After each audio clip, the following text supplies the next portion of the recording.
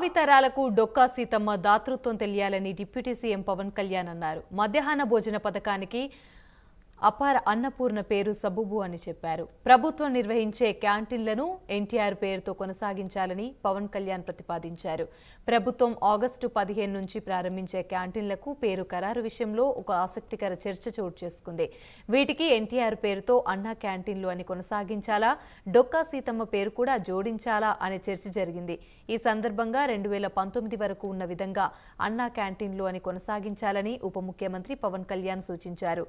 అపర అన్నపూర్ణ డొక్కా సీతమ్మ పేరు పాఠశాలలో మధ్యాహ్న భోజన పథకానికి నిర్ణయించిన క్రమంలో క్యాంటీన్లకు ఎన్టీఆర్ పేరును కొనసాగించవచ్చని ప్రతిపాదనను ముందుకు తీసుకెళ్లారు.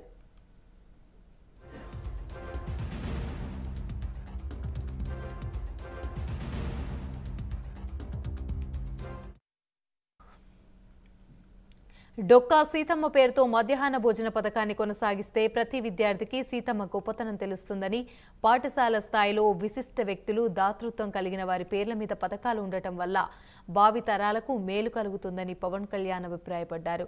ఈ సందర్భంగా తాను పాఠశాల దశలో ఉండగా డొక్కా సీతమ్మ గురించి చదివిన విషయాన్ని జ్ఞప్తికి తెచ్చుకున్నారు.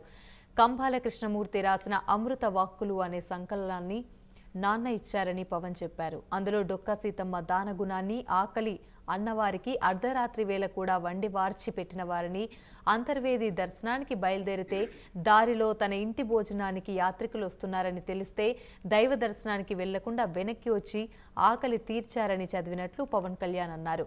ఆ రోజు నుంచి డొక్కా సీతమ్మ దాతృత్వ భావనలు గుర్తుకొస్తూనే ఉంటాయని పవన్ కళ్యాణ్ ప్రస్తావించారు.